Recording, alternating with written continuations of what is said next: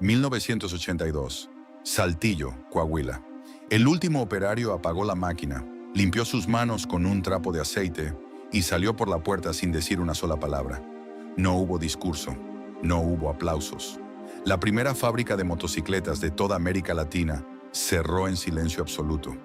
25 años antes, Islo era el orgullo de un continente. Sus motos cargaban el pan del tortillero, la leche del lechero, las cartas del cartero. Su equipo de carreras viajó a Texas y derrotó a los americanos en su propio suelo. Se alió con Honda. Conquistó el campeonato nacional. Luego, en cuestión de meses, todo desapareció. La línea de ensamble que fabricaba motocicletas comenzó a producir transmisiones para lavadoras. ¿Cómo muere la fábrica de motos más importante de Latinoamérica? No la mató Honda. No la mató Yamaha. La mató algo mucho más difícil de combatir: la lealtad. Saltillo, Coahuila, 1955-1982. Esta es su historia. Saltillo, Coahuila, 1892.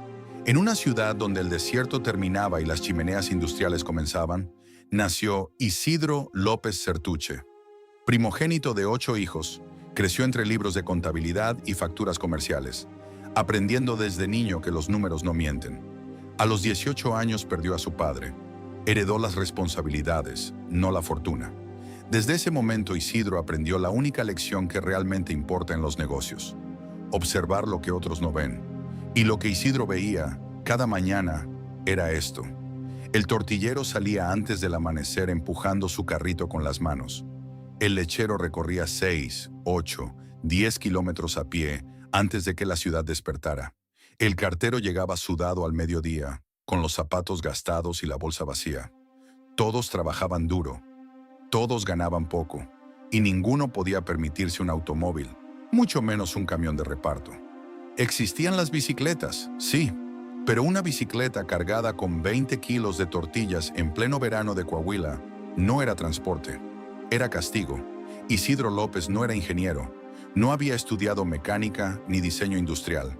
Era un hombre de números que sabía leer la realidad mejor que cualquier técnico. Y la realidad le decía una cosa con claridad: México necesitaba una motocicleta económica, resistente y fabricada por manos mexicanas. El momento histórico no podía ser más favorable. Durante el gobierno de Miguel Alemán, el Estado mexicano levantó muros de aranceles para proteger la industria nacional. Las motocicletas de más de 350 centímetros cúbicos quedaron fuera del mercado. Las marcas extranjeras tenían las manos atadas. El espacio estaba vacío, enorme, esperando a alguien con la visión suficiente para llenarlo. Isidro López Sertuche tenía 59 años cuando decidió que ese alguien sería él.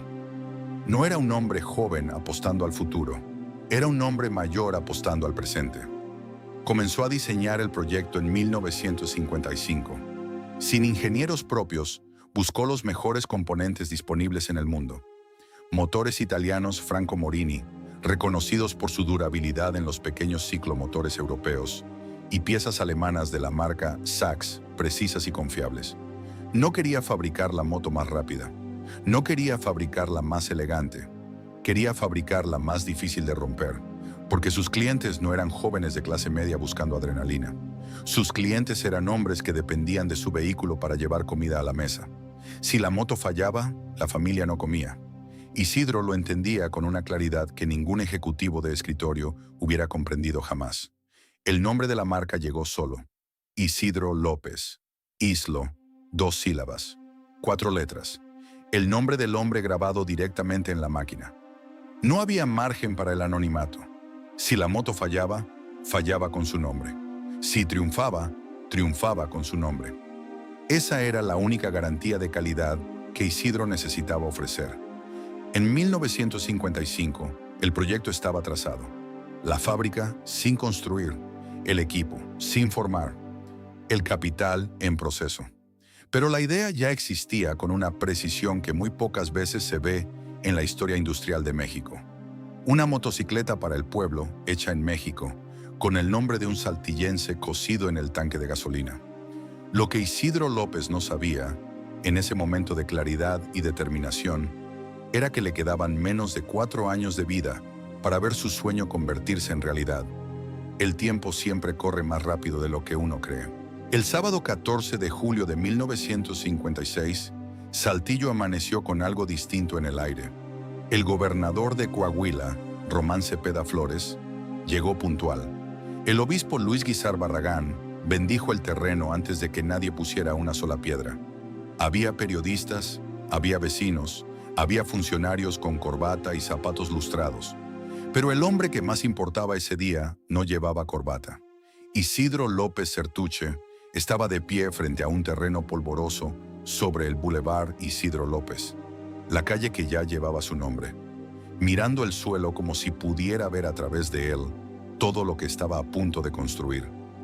No era un terreno grande, no era una inversión millonaria, era una apuesta hecha con capital saltillense, mano de obra coahuilense y una certeza que nadie más en América Latina había tenido antes, que se podía fabricar una motocicleta desde cero en suelo mexicano. La construcción avanzó durante meses.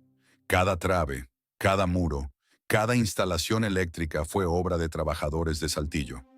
No hubo ingenieros extranjeros supervisando el proceso. No hubo tecnología importada para levantar el edificio. La fábrica se construyó como Isidro quería que se construyeran sus motos, con las manos de la gente de aquí. Y entonces llegó el momento que lo cambiaba todo.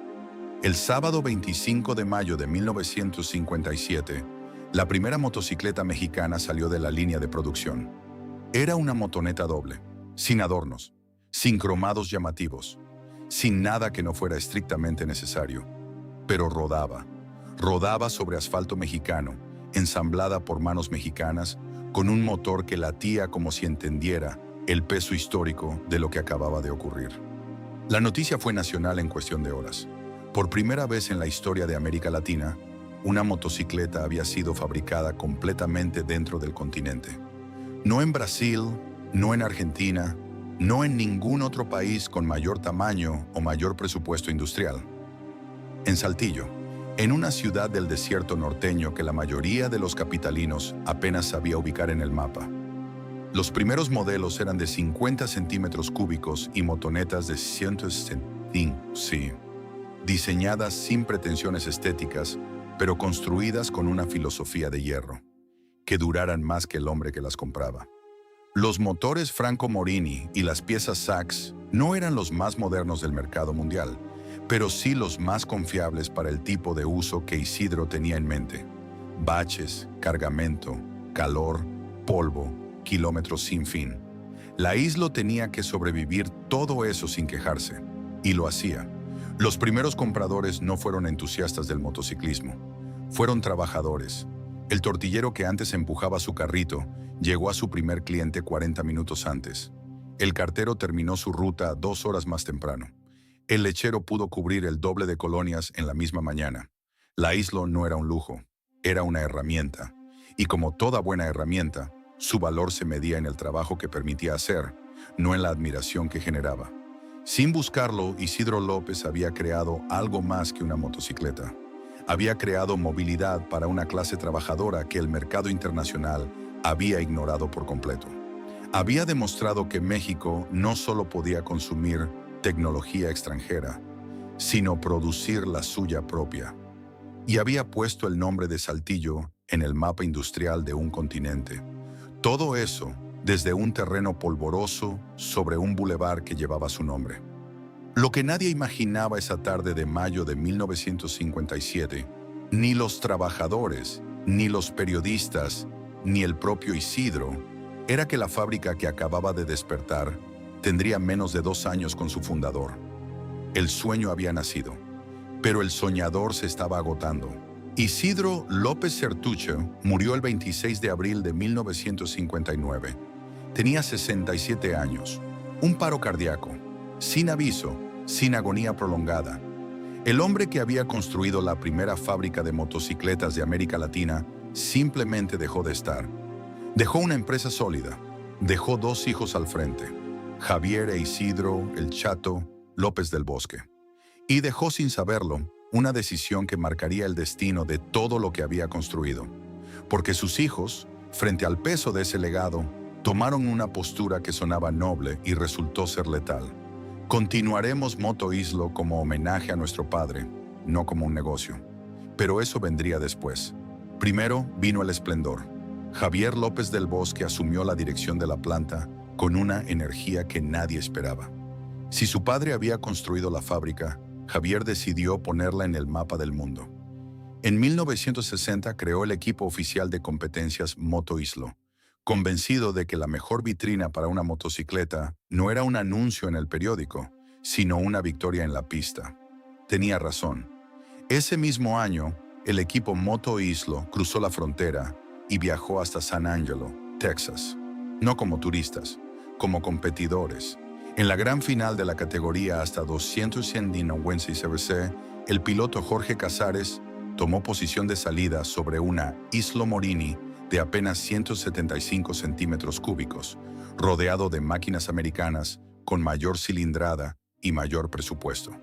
Cuando cruzó la línea de llegada en primer lugar, el cronómetro registró un tiempo de vuelta que no sería superado durante 10 años consecutivos.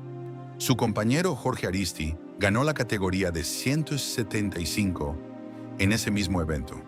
Una motocicleta de Saltillo, fabricada con manos mexicanas, ganando en suelo americano. La noticia llegó a México antes que el equipo. En Saltillo, los trabajadores de la fábrica la celebraron como si hubieran ganado ellos mismos, porque en cierta forma así era. Los triunfos no se detuvieron. En 1963, el piloto Gilberto Romo conquistó el Campeonato Nacional de Motociclismo. Ese mismo año, Moto Islo se quedó con el campeonato por marcas, una distinción que medía no la velocidad de un solo piloto, sino la consistencia de toda una escudería. Jorge Casares, Gilberto Romo, Jorge Aristi, Enrique Hernández, Antonio Serrano y Jorge Algara. 6 nombres, 6 pilotos, una sola fábrica detrás de todos ellos. Saltillo organizó el Premio Internacional de la Amistad, una competencia que durante varios años reunió a los mejores pilotos del continente en la pista de Lomas de Lourdes. La ciudad que fabricaba las motos era también la ciudad que corría con ellas. No había separación entre la fábrica y la comunidad. Islo era Saltillo, Saltillo era Islo. En paralelo, la línea de producción evolucionaba. Llegaron las motos tipo enduro de 250 cc, bautizadas como Cooper, disponibles en versiones de 4 y 5 velocidades, equipadas con frenos de tambor. No eran estéticamente llamativas. Nadie las compraría por su diseño, pero sobre tierra, sobre grava, sobre los caminos sin pavimentar del México profundo, eran prácticamente indestructibles, potentes, rápidas y construidas para durar décadas. También se desarrolló el modelo Amex, adaptado para motocross y pista, y el Trial Master de 200 CNC, fabricado en colaboración con la empresa estadounidense GRM, Great Bean Racing Motorcycles, para el segmento del Trial. El catálogo de Islo ya no era el de una fábrica modesta de motos de trabajo, era el de una marca con ambición internacional. Y entonces, en 1971, llegó la confirmación más poderosa de todas. Honda, el gigante japonés, la marca que en ese momento dominaba el mercado mundial de motocicletas, firmó una alianza estratégica con Moto Islo. El resultado fue inmediato. Los modelos Islo Honda CL90 y CL90 Scrambler comenzaron a circular por las calles mexicanas. Saltillo había logrado lo que ninguna otra fábrica latinoamericana había conseguido: sentarse a la misma mesa que Tokio. En 1971 Moto Islo era eso, una marca que ganaba en Texas, dominaba en México y producía en alianza con Honda. Una empresa familiar nacida de la observación de un hombre que veía sufrir al tortillero cada mañana, convertida en referente industrial de todo un continente. Era el punto más alto, y como suele ocurrir con los puntos más altos, nadie que estaba ahí supo reconocerlo como tal, porque desde la cima todo parece estable, todo parece duradero, todo parece como si pudiera continuar para siempre. No podía. Hay una frase que suena a virtud y actúa como veneno. Cuando Javier e Isidro el Chato López del Bosque tomaron el control de Moto Islo tras la muerte de su padre, declararon algo que cualquier hijo orgulloso hubiera dicho: Continuarían la empresa como homenaje, no como negocio. Una decisión tomada desde el dolor, desde el amor, desde la lealtad más genuina hacia un hombre que lo había dado todo para construir algo desde cero. El problema no era la intención, el problema era lo que esa frase significaba en la práctica. Un homenaje no se adapta, un homenaje se preserva. Y en la industria de las motocicletas de los años 60 y 70, preservar era otra forma de quedarse atrás. Mientras Javier supervisaba la planta y el Chato administraba las finanzas, a miles de kilómetros de Saltillo pasaba algo que ninguno de los dos quería ver con claridad. Honda invertía cifras que Moto Islo jamás podría igualar en investigación y desarrollo. Yamaha lanzaba modelos nuevos cada 2 años. Kawasaki experimentaba con tecnología que haría obsoleto cualquier diseño de los años 50 en cuestión de una década. El mercado mundial de motocicletas no estaba creciendo, estaba acelerando. Y acelerar, en ese contexto, significaba una sola cosa: el que no corre, pierde. Moto Islo corría, pero corría en círculos. La señal más clara llegó con el modelo de 350 cc.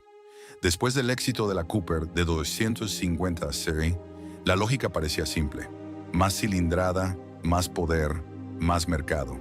El prototipo se desarrolló, se probó, se presentó y fracasó. No por un defecto mecánico, no por un problema de calidad. Fracasó porque era demasiado pesada y demasiado costosa para el cliente al que Islo siempre había servido. El trabajador mexicano no necesitaba más potencia, necesitaba más confiabilidad al mismo precio. Era exactamente el error que Isidro Padre nunca hubiera cometido, porque Isidro Padre observaba a sus clientes antes de diseñar sus productos. Sus hijos diseñaban productos y luego buscaban clientes. Era una diferencia pequeña en apariencia. En la práctica, era la diferencia entre una empresa viva y una empresa que agoniza sin saberlo. Pero el síntoma más profundo no estaba en el catálogo de productos, estaba en la estructura misma de la compañía. Moto Islo nunca desarrolló un motor propio. Desde 1955 hasta el final de su producción, todas las motocicletas Islo funcionaron con motores de origen externo, primero italianos y alemanes, luego japoneses a través de la alianza con Honda. Esa decisión, que en los primeros años fue una solución inteligente para una empresa sin capital suficiente para ingeniería propia, se convirtió con el tiempo en una dependencia estructural imposible de romper. Cuando Honda decidía los términos de la alianza, Islo los aceptaba. Cuando Honda modificaba sus motores, Islo se adaptaba. Cuando Honda eventualmente mirara hacia otro lado, Islo no tendría nada propio con qué seguir adelante. Una fábrica sin motor propio no es una fábrica, es un ensamblador. Y los ensambladores, por definición, existen a merced de quienes sí fabrican. La década de los 70 llegó con una ilusión peligrosa. El México de esos años crecía, el petróleo fluía, el gobierno gastaba como si los precios del crudo fueran a subir eternamente. En las calles de las ciudades principales aparecían más automóviles, más negocios, más señales de una clase media que empezaba a creer que la prosperidad era permanente. Para Moto Islo, el ambiente se sentía estable. Las ventas continuaban. La alianza con Honda daba prestigio. El nombre Islo seguía resonando en los hogares de Saltillo con el mismo orgullo de siempre. Pero debajo de esa superficie tranquila, el terreno se estaba moviendo. A lo largo de los años 70, las motocicletas japonesas comenzaron a filtrarse al mercado mexicano a través de acuerdos comerciales, zonas francas y distribuidores que encontraban la manera de sortear los aranceles de protección. No llegaron de golpe. Llegaron despacio, como el agua que encuentra una grieta en la pared. Primero una gota, luego un hilo, luego un río. Honda, Yamaha y Suzuki no necesitaban conquistar el mercado mexicano de un solo movimiento. Solo necesitaban estar presentes cuando los aranceles cayeran. Y los aranceles, tarde o temprano, siempre caen. El consumidor mexicano comenzó a comparar. La Islo Cooper era resistente, sí. Era confiable, sí. Pero una Honda 90 era más ligera, más moderna, más fácil de conseguir en refacciones. La diferencia no era abismal al principio, pero era suficiente para que un comprador joven, eligiendo su primera moto, dudara por primera vez entre lo nacional y lo importado. Las ventas de Islo no colapsaron en los 70. Simplemente dejaron de crecer. Y en una industria donde no crecer equivale a retroceder, ese estancamiento era una sentencia que nadie en la empresa quiso leer en voz alta. Los números estaban ahí, sobre el escritorio del chato, claros como el desierto en agosto. Pero admitirlos hubiera significado admitir que el homenaje al padre tenía un costo que la empresa ya no podía pagar. Y eso ninguno de los dos hijos estaba dispuesto a reconocerlo. Hubo quienes intentaron advertirlo. Dentro de la planta, algunos ingenieros y encargados de producción veían con preocupación creciente la brecha tecnológica que se ampliaba cada año. Los diseños de Islo no habían cambiado sustancialmente desde los años 60. Los procesos de ensamble seguían siendo artesanales en un mercado que se industrializaba a velocidad acelerada. Cada propuesta de modernización encontraba la misma respuesta implícita. Esto fue suficiente para el ingeniero Isidro. Será suficiente para nosotros. La lealtad al pasado había cerrado la puerta al futuro. Para finales de los años 70, Moto Islo era una empresa que funcionaba, que producía, que seguía vendiendo. Pero era también una empresa que había dejado de preguntarse hacia dónde iba.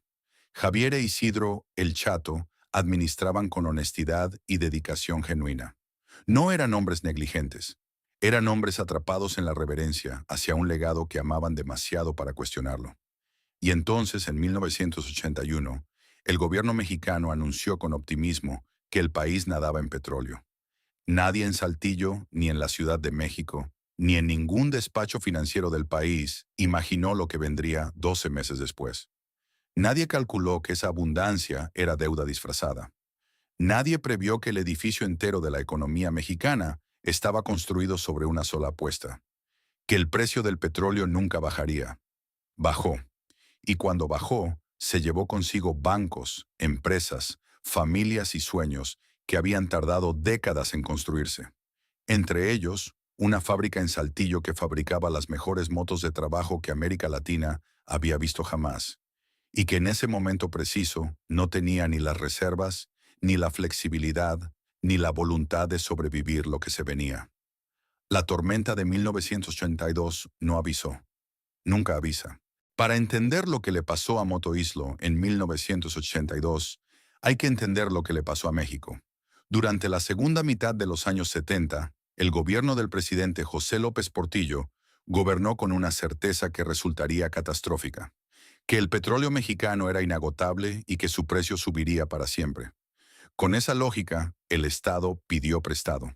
Pidió prestado en dólares, a tasas variables, a bancos internacionales que en ese momento prestaban con la misma irresponsabilidad con que el gobierno recibía. Las obras públicas florecieron, los subsidios se multiplicaron. El gasto federal creció año tras año, como si las reglas de la economía no aplicaran a México. Aplicaban. En 1981, el precio internacional del petróleo comenzó a caer. No fue un desplome inmediato, fue una caída sostenida, silenciosa, implacable. Cada punto porcentual que bajaba el precio del crudo era un punto porcentual más de deuda que México no podía pagar. Para mediados de 1982, la situación era irreversible. El 1 de septiembre de ese año, López Portillo anunció desde el Palacio Nacional la nacionalización de la banca y reconoció, con la voz quebrada, que el país estaba en quiebra técnica. El peso mexicano, que había cotizado a 26 pesos por dólar a principios de 1982, llegó a más de 150 pesos por dólar antes de que terminara el año. Una devaluación de casi 500% en 12 meses. La inflación se disparó por encima del 100% anual. Los ahorros de familias enteras se evaporaron en semanas. Las empresas que dependían de insumos importados, pagados en dólares, vieron cómo sus costos de producción se multiplicaban de la noche a la mañana, sin ninguna posibilidad de trasladar ese incremento completo al precio final. Moto Islo dependía de insumos importados. Los motores y componentes que hacían funcionar cada motocicleta Islo provenían de Italia y Alemania. Se pagaban en divisas extranjeras. Cuando el peso colapsó, el costo de cada motor importado no se duplicó. Se multiplicó por 5. Una moto que en enero de 1982 costaba producir cierta cantidad de pesos. En octubre del mismo año, costaba producir 5 veces más, sin que la calidad hubiera mejorado un gramo, sin que el proceso hubiera cambiado en nada, sin que nadie en la fábrica hubiera cometido un solo error. El mercado reaccionó como siempre reacciona ante una crisis de esta magnitud. La gente dejó de comprar motocicletas, no porque no las necesitaran. El tortillero seguía necesitando transporte. El lechero seguía recorriendo sus rutas. El cartero seguía cargando su bolsa. Pero cuando una familia tiene que elegir entre comprar una moto o comprar comida para la semana, la decisión no requiere análisis. El cliente al que Isidro López había dedicado su vida, el trabajador mexicano de ingresos bajos, el hombre que dependía de un vehículo accesible para sostener a su familia, ese cliente había desaparecido del mercado. No porque hubiera cambiado de marca, sino porque simplemente ya no podía comprar nada. La paradoja era brutal. La crisis destruía exactamente al comprador para quien Moto Islo había sido diseñada. Dentro de la planta, los números llegaban cada semana con peores noticias. Las ventas caían, los costos subían, el inventario se acumulaba en la bodega como evidencia silenciosa de un mercado que había cerrado sus puertas. Javier López del Bosque revisaba los estados financieros con la misma disciplina de siempre, pero por primera vez en la historia de la empresa, los números no tenían solución dentro de la lógica del negocio de motocicletas. No era una crisis de gestión.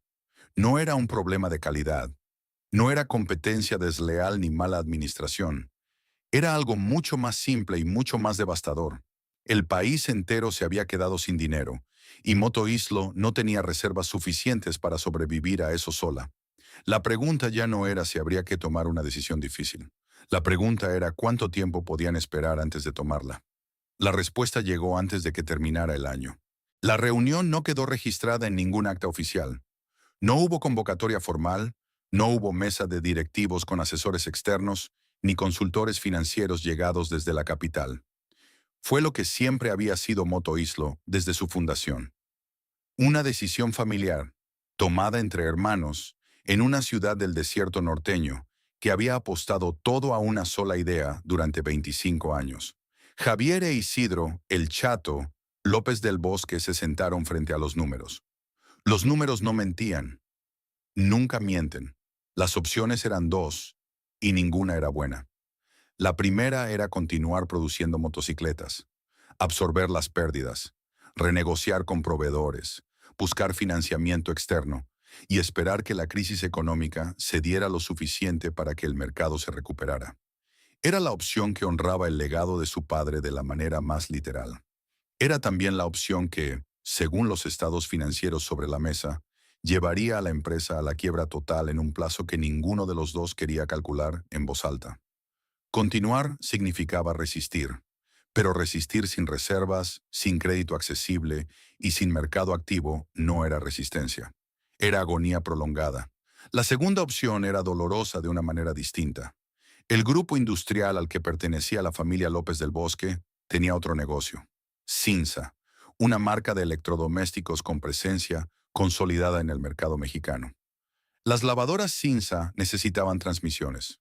Las transmisiones podían fabricarse en la misma planta, con muchos de los mismos trabajadores, con una inversión de reconversión manejable. El mercado de electrodomésticos no era glamoroso. No tenía la épica de ganar una carrera en Texas, ni la historia de ser el primero en América Latina, pero era estable.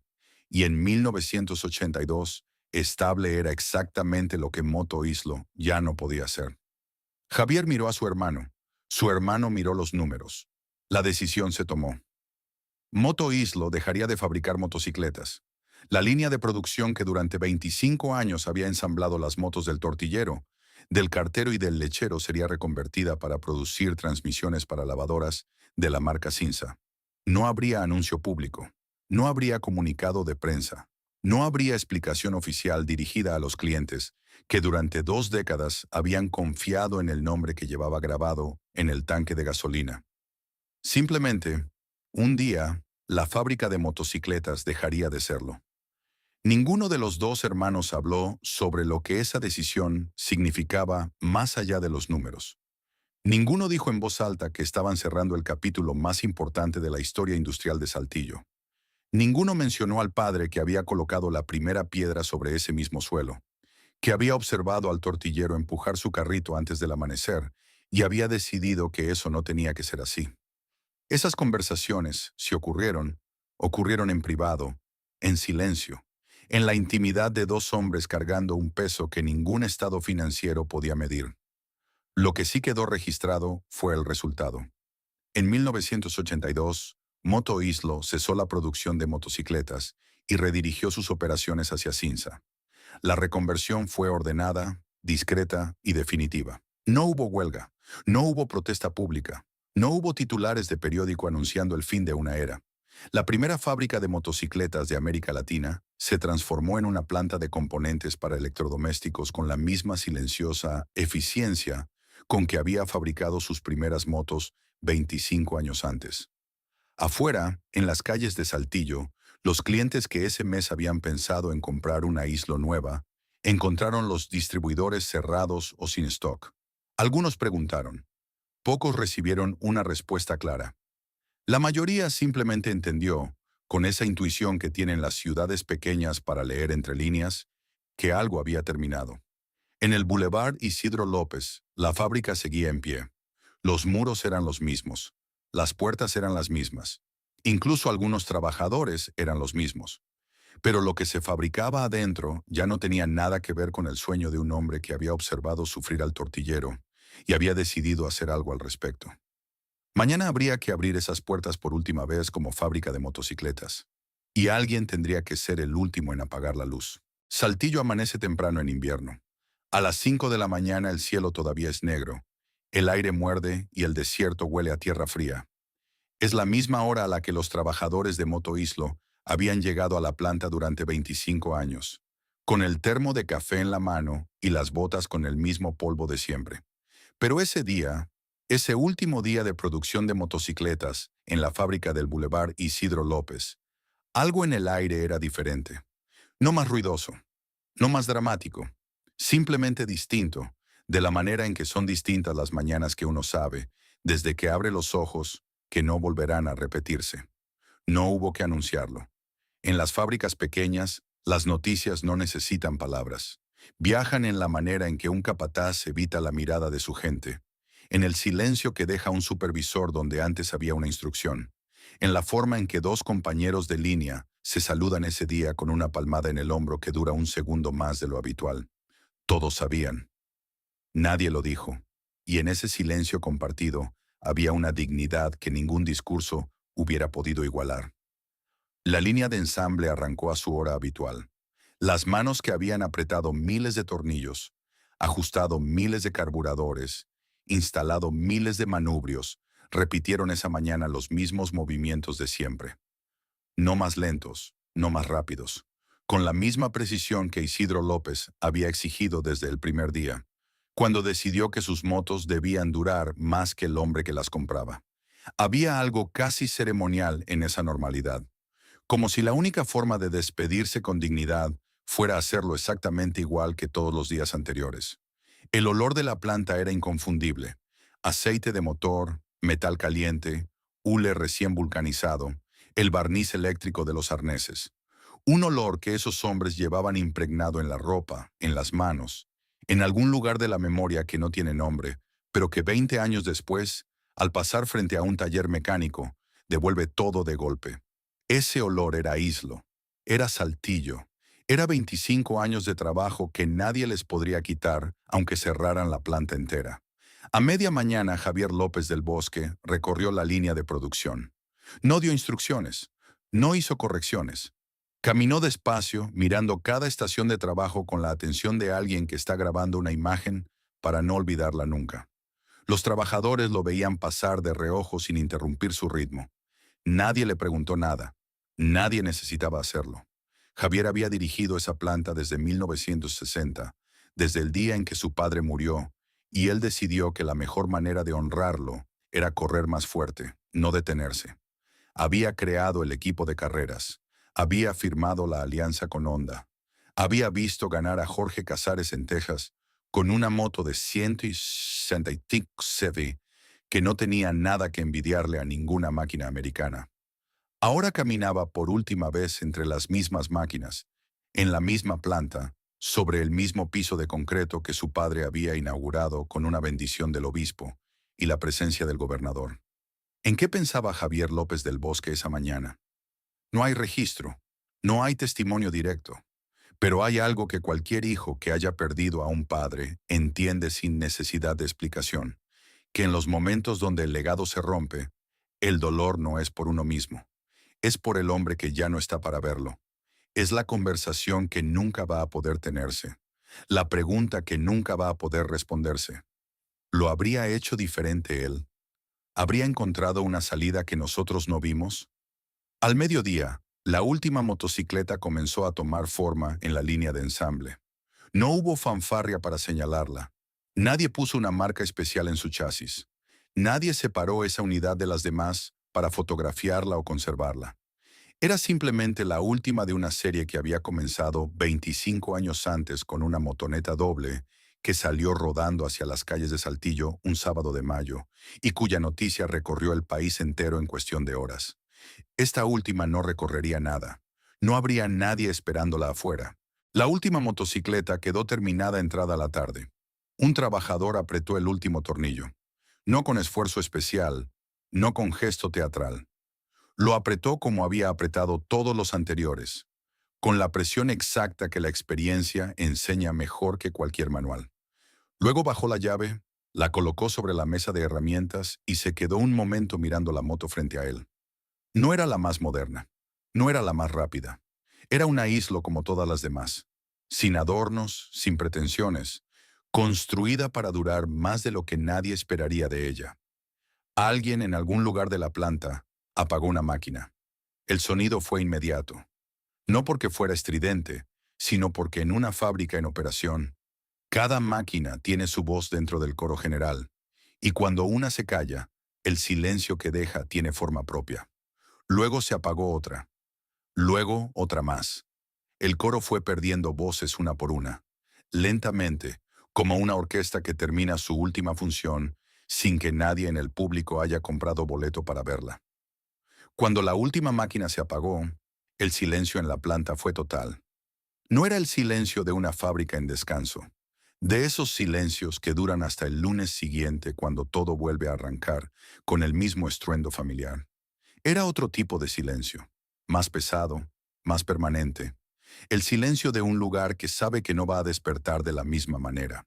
Los trabajadores recogieron sus herramientas sin prisa. Guardaron sus cosas con el mismo orden de siempre. Algunos se cambiaron de ropa en los vestidores, se lavaron las manos con el jabón industrial de siempre, se peinaron frente al mismo espejo descascarado de siempre. Rutinas pequeñas que ese día tenían un peso que ninguna rutina debería tener, porque las rutinas son el vocabulario de la continuidad, y la continuidad, esa tarde, había terminado. 3 hombres salieron por esa puerta con destinos distintos. El primero llevaba más de 20 años en la planta. Había entrado joven, cuando la fábrica todavía olía a concreto nuevo, y la primera motocicleta era apenas un proyecto en los planos de Isidro López. Conocía cada máquina por su sonido, cada proceso por su ritmo, cada defecto posible antes de que apareciera. Se jubiló ese año. En su garage en Saltillo guardaba una Islo de 175 cc del año 1968 que había comprado con su primer bono. La revisaba cada domingo. La mantenía en perfectas condiciones. No como coleccionista, como quien cuida lo único que le queda de algo que amó. El segundo era más joven. Había llegado a la planta a mediados de los 70, cuando Islo todavía crecía y el futuro parecía sólido. Fue transferido a la línea de Cinza cuando comenzó la reconversión. Ensambló transmisiones para lavadoras durante varios años, con la misma disciplina con que había ensamblado motocicletas. Cuando Cinza también redujo operaciones años después, quedó sin trabajo. Encontró empleo en una maquiladora al norte de Coahuila. Nunca volvió a trabajar en algo que llevara su ciudad en el nombre. El tercero era técnico de mantenimiento. Conocía los motores Islo mejor que nadie. Cuando la fábrica cerró su línea de motos, abrió un taller pequeño en una colonia popular de Saltillo. Durante décadas fue el único hombre en la ciudad capaz de reparar cualquier Islo, sin importar el modelo ni el año. La gente llegaba desde otros estados con sus motos descompuestas. Él las recibía, las abría, las entendía. En su taller, Islo nunca terminó de morir del todo. Afuera, sobre el Boulevard Isidro López, el sol caía sobre Saltillo con esa luz anaranjada y horizontal que tiene el desierto en las tardes de invierno. Los automovilistas pasaban sin detenerse. Los peatones caminaban sin mirar hacia la planta. La ciudad seguía su ritmo con la indiferencia natural que tienen las ciudades ante las tragedias que no hacen ruido. Y sobre ese bulevar, la misma calle que llevaba su nombre, el mismo suelo que él había elegido para construir su sueño. Pasaron esa tarde 3 o 4 motocicletas Islo, viejas, trabajadas, con la pintura desvanecida y los espejos torcidos por años de uso, rodando con esa terquedad silenciosa que tienen las cosas bien construidas, completamente ajenas a lo que acababa de ocurrir a pocos metros de ellas. No sabían que acababan de quedarse huérfanas. No había más islos en camino. Lo que rodaba esa tarde era todo lo que quedaba. Y lo que quedaba, como siempre con las cosas verdaderamente bien hechas, seguiría rodando mucho más tiempo del que nadie hubiera apostado.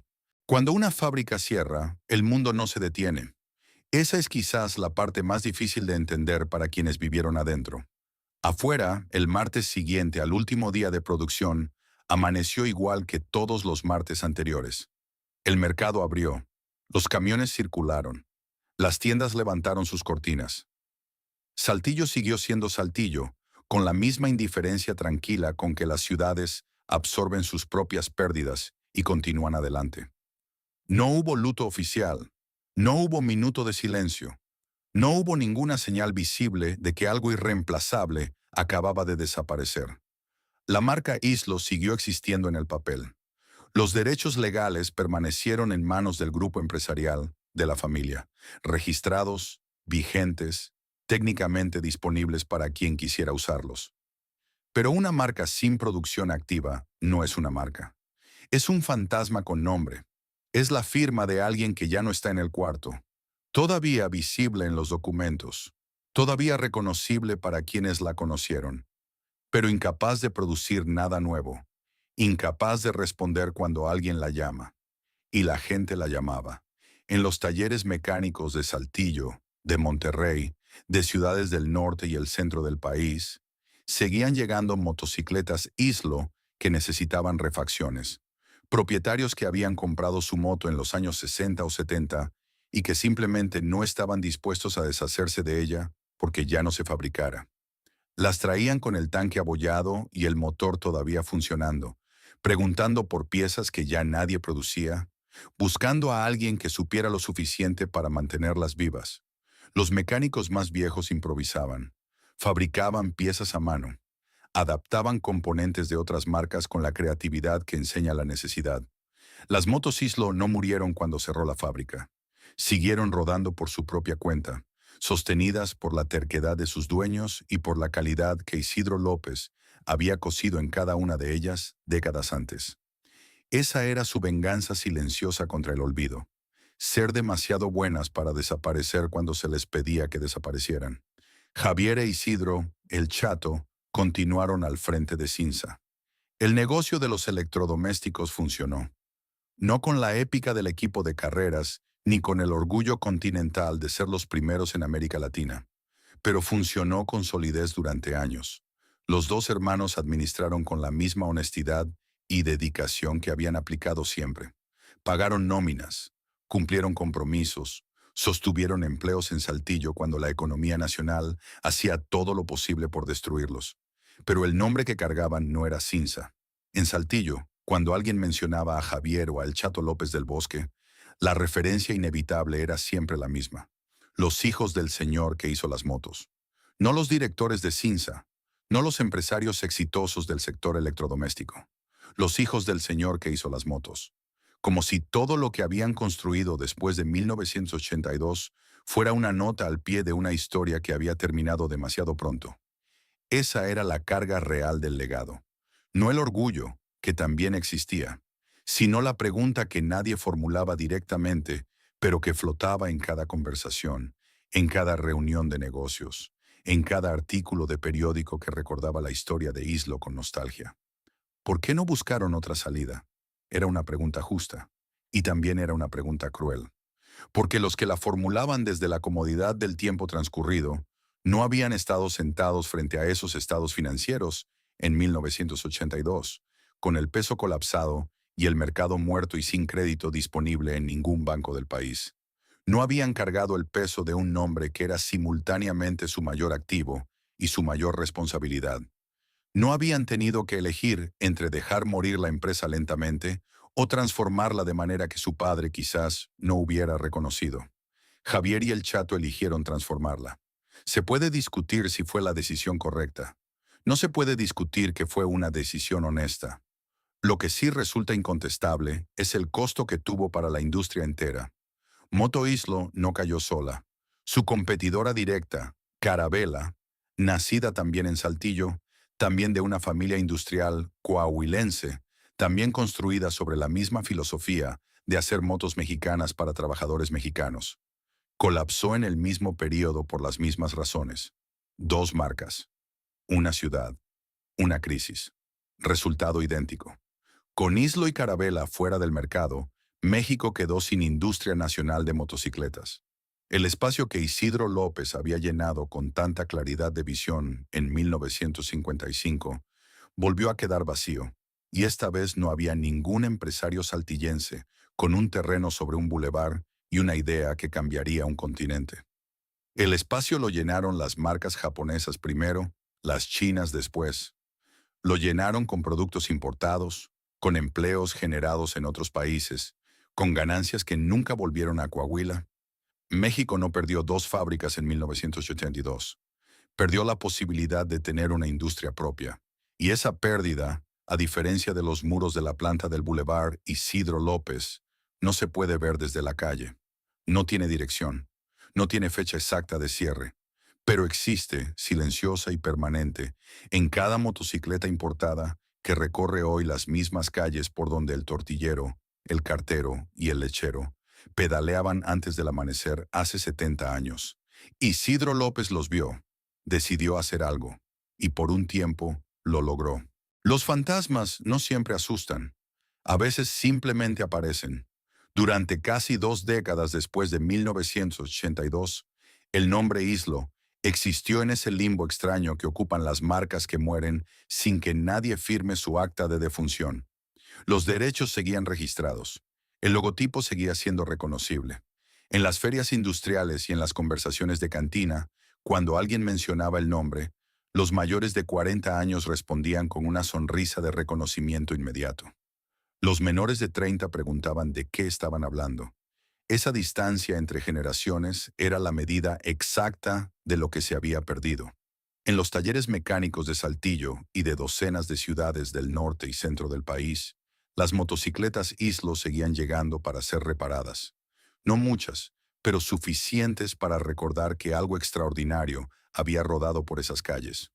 Un hombre llegaba con una GT 200 del año 1970, con la carrocería oxidada y el motor todavía latiendo. Otro traía una Apache 175 del 69, con factura original y número de serie intacto, mal modificada por los años, pero funcionando.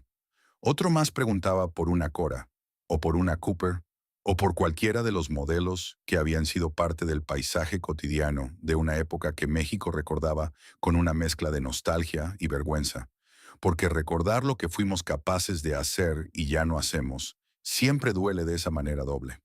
Los mecánicos que sabían trabajar con esas máquinas envejecían sin que nadie los reemplazara.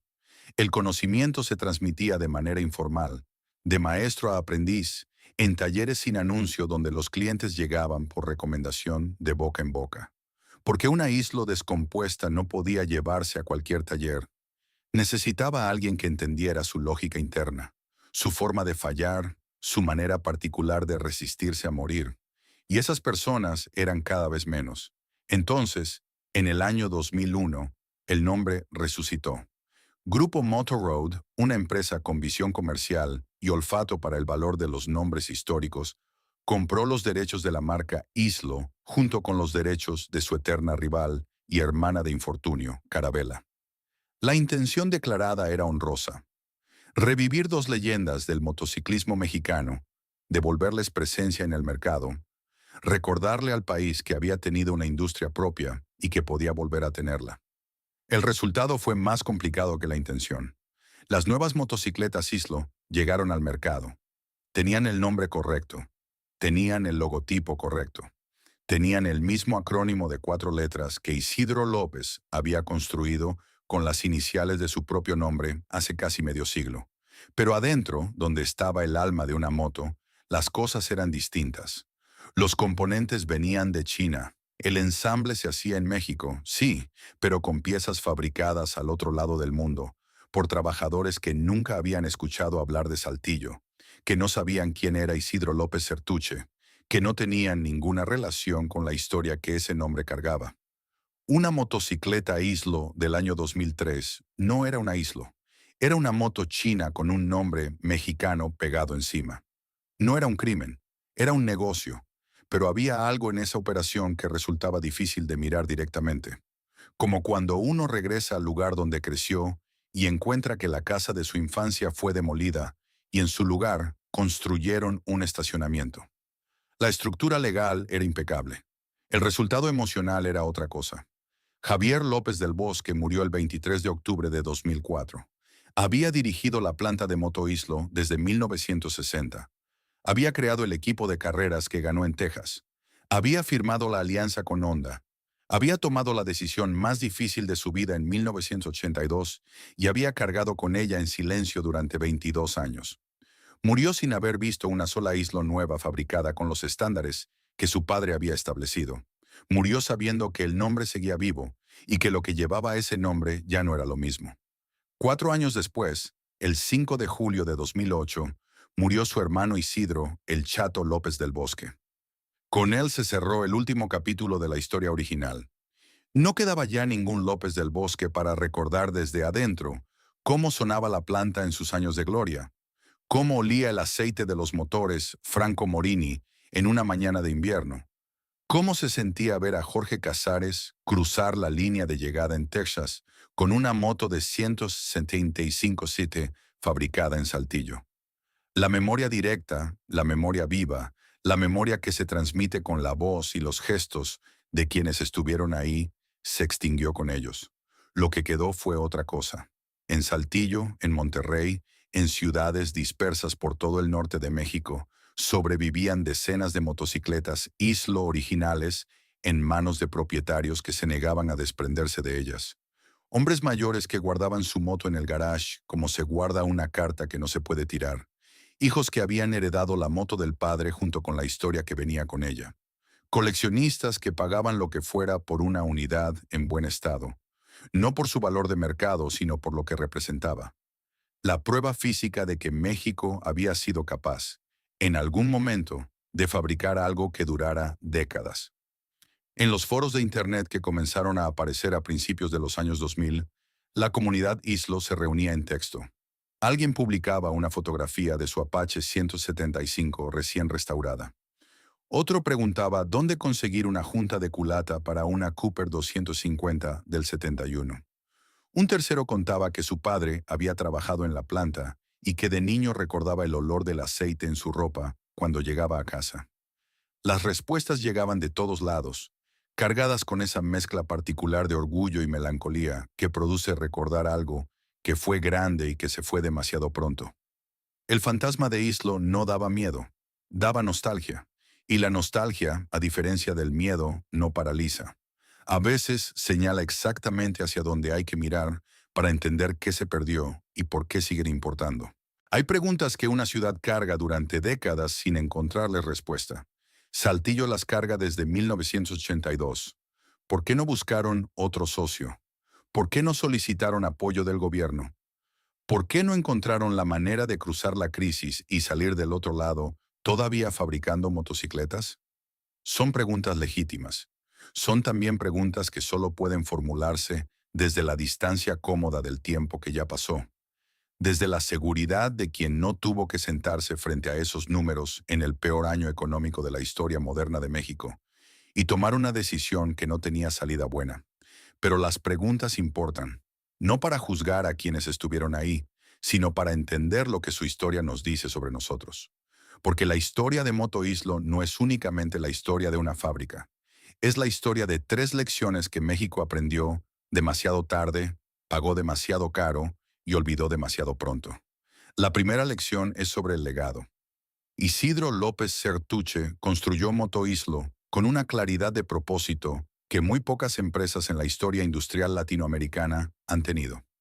Fabricar un vehículo accesible para el trabajador mexicano, hecho en México, con estándares de calidad que no pidieran disculpas ante ninguna marca extranjera. Esa claridad era su mayor fortaleza. Y cuando murió en 1959, esa misma claridad se convirtió en la prisión de sus herederos. Javier e Isidro, el Chato, amaban a su padre. Lo amaban con la intensidad de los hijos que pierden demasiado pronto a un hombre que admiraban. Y ese amor, genuino e inmenso, los llevó a tomar una decisión que sonaba a virtud y funcionaba como trampa. Preservar el legado exactamente como lo habían recibido, sin cuestionarlo, sin adaptarlo, sin permitirse la libertad de traicionarlo un poco para salvarlo del todo. Un legado que no puede evolucionar no es un legado, es un monumento. Y los monumentos no producen motocicletas. La lección no es que los hijos deberían haber ignorado a su padre. La lección es que honrar a alguien que construyó algo con visión requiere tener la misma valentía de visión que esa persona tuvo. Isidro López no preservó nada. Creó. Sus hijos preservaron cuando el momento exigía crear. Esa es la diferencia entre un homenaje y una continuación. La segunda lección es sobre la fragilidad de lo que construimos. Moto Islo no fue destruida por sus competidores. Fue destruida por una decisión macroeconómica tomada a miles de kilómetros de Saltillo, en oficinas de gobierno donde nadie pensaba en el tortillero, ni en el lechero, ni en los trabajadores de una planta de motocicletas en Coahuila. El gobierno de López Portillo apostó el futuro del país a un solo recurso y perdió. Y cuando perdió, los que pagaron la apuesta fueron exactamente los que menos habían participado en ella. Esa es una lección que México ha tenido que aprender varias veces y que todavía no termina de aprender del todo. Que una empresa puede hacer todo bien, fabricar con calidad, pagar sus deudas, servir a su mercado con honestidad, y aún así ser destruida por decisiones que están completamente fuera de su control. Que la solidez de un negocio no garantiza su supervivencia cuando el suelo entero se mueve. No hay moraleja simple en eso. No hay consejo de administración que proteja a una empresa de un colapso monetario del 500% en 12 meses. Pero sí hay una conclusión inevitable, que las industrias nacionales son frágiles exactamente en la medida en que el Estado que las rodea es irresponsable, y que cuando ese Estado falla, los que pagan el precio son siempre los mismos, los que menos pueden pagarlo. La tercera lección es sobre la memoria. En algún lugar de Saltillo, en este momento, hay una motocicleta Islo que tiene más de 50 años y todavía funciona. Su propietario la revisa cada tanto, le cambia el aceite, le ajusta el carburador con la paciencia que se tiene con las cosas que se quieren conservar. No lo hace porque sea coleccionista, lo hace porque esa moto perteneció a su padre, o porque la compró con su primer sueldo, o simplemente porque es incapaz de deshacerse de algo que fue construido con esa clase de integridad que ya no abunda. Esa moto es el legado real de Isidro López Sertuche, no el nombre registrado que hoy se aplica a ensambles de componentes chinos, no el website con fotografías de modelos que no tienen nada que ver con la historia que pretenden invocar. El legado real son esas máquinas que se niegan a morir, que ruedan por las calles de Coahuila 5 décadas después de haber salido de una planta que ya no existe, que siguen cumpliendo exactamente el propósito para el que fueron diseñadas. Ser útiles, ser confiables, ser más duraderas de lo que cualquiera esperaría. Isidro López no construyó motocicletas para que duraran 10 años. Las construyó para que duraran toda una vida. Y así lo hicieron, y siguen haciéndolo. Eso no se puede comprar con derechos de marca. No se puede replicar con componentes importados. No se puede recuperar con un relanzamiento comercial.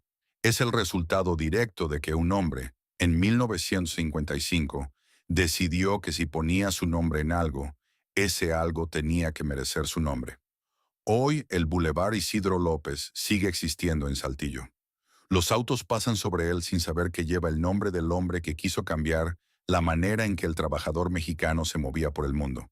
La planta que se levantó sobre ese suelo, con la bendición de un obispo y la presencia de un gobernador, ya no fabrica lo que Isidro soñó.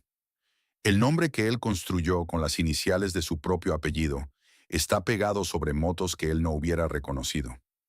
Pero en alguna calle de esa misma ciudad, en este preciso momento, rueda una motocicleta que sí reconocería.